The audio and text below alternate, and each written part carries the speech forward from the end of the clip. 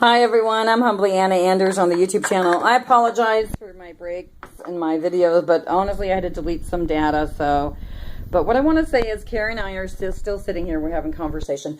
So before we get started on the Jimmy Hoffa conversation, I want to continue to ask you though, because we were this is kind of funny, hon. And it's not funny, but it's funny, you know, because it's funny how this country was built upon mafia corruption, right? Mm-hmm. And stolen from the indigenous tribes, right? Mm-hmm. Because of mafia, purple mafia, purple mafia, Illuminati. I mean, you do believe me when I say that, right, Care? Mm-hmm. Do you? And you don't believe it because I'm telling you to believe it. You believe it because you believe it for yourself. Is that right? Mm-hmm. Okay, so that's where we're at. And trust me, guys, my other half here, she is very spiritually awake, spiritually and politically awake, by the way. She woke me up a little bit too, or a lot of it actually. But what I want to say is, we were talking about your dad, Carrie, or yes, Floyd Pavatia. Is that correct? Right. And he was, what nationality was he on, by the way? Tewa. He was Hopi Tewa. What clan was he again? He's actually full Tewa. Oh, full Tewa. I apologize. I get the Hopi from my mom. Okay. Hopi Tewa. Okay. His clan was Spider Tobacco. He was full Tewa. Wow, that's pretty intense. Mm-hmm. I'm impressed with that too. Okay, so Spider and Tobacco Clan he was. Mm-hmm. But what I want to say, hon, you were talking about how the military recruited him, right, into the Marines? Yeah. Okay, and he was a sniper. Mm-hmm. Okay, and so when he would, but now, guys, when he came out, he suffered from post-traumatic stress disorder, correct, Carrie? Correct. And so when Carrie would try to visit with her dad to bond with him, he would have these PTSD attacks, mm-hmm. because you have Oriental features, correct? Right. And so it would be setbacks for him, is that right? No. And go ahead, hon. And I believe a lot of his alcoholism was to attributed. Numb that all away and, mm-hmm. Just to drink to oblivion, to squelch it all away. Oh, hell yeah. I mean, drown out those demons and things. Right. Horrific things he was commanded and ordered to do. Because I was amazed at his humor. Mm-hmm. Because my mom and him, even though they didn't marry and they had me out of wedlock, they were still good friends. And my mom would tell me, when him and his brother get together, they're like Heckle and Jekyll, and they won't stop, and they'll just keep you laughing to where, you want to, your cheeks get stuck or your stomach hurts, and you're like telling them, stop. And it's true, I've been when his brother was there.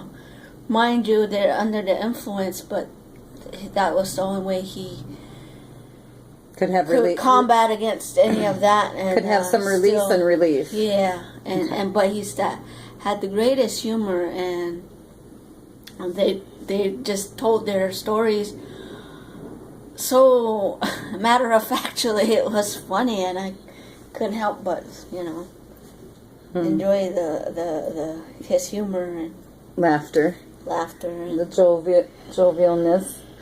I mean, I don't know if my stories are as jovial, but I that part I'm happy to be a part of my dad, and his features and his good long hair. He kept his hair long soon after the militant scene, and he was a great singer in the intertribal powwow drumming groups. Wow! And I think that was his way of faith. His way of meditation and prayer and release and healing too. Yeah. That's awesome, honey. So do you think that we should send more people to war? No. Okay, good. Yeah, so what I want to say too is 9 times out of 10 the guys come home and they're all jacked up. I know I have, I'm sorry to say this, but I do have an ex-husband who's full-blown alcoholic, and he was on some antabuse when he got discharged from the Navy, full-blown alcoholic then.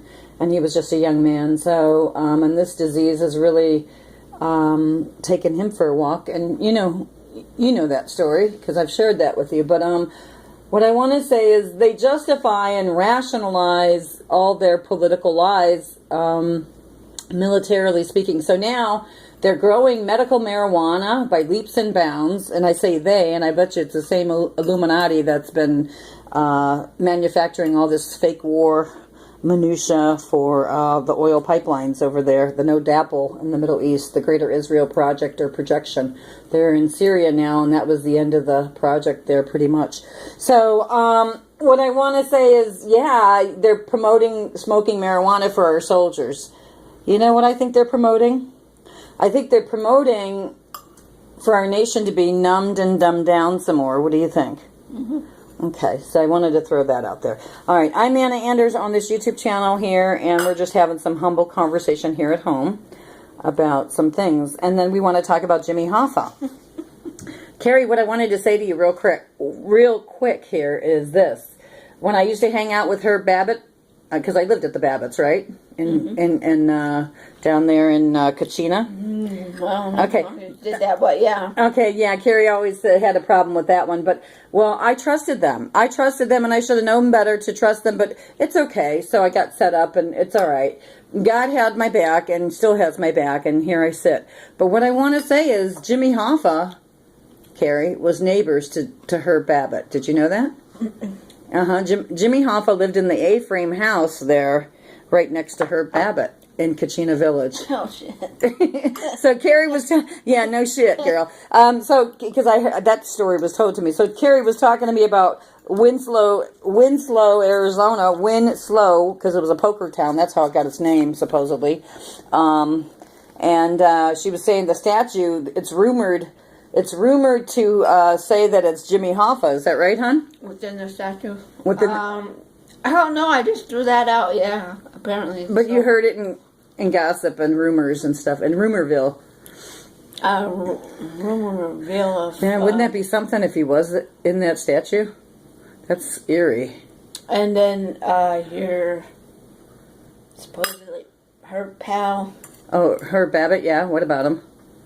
I mean, he's too quiet to not be saying something. Oh, yeah, that boy. That's why he says Anna Anders has an alligator mouth. I'm Anna Anders on the YouTube channel. I got to shut this alligator mouth for a minute. Thank you. Bye.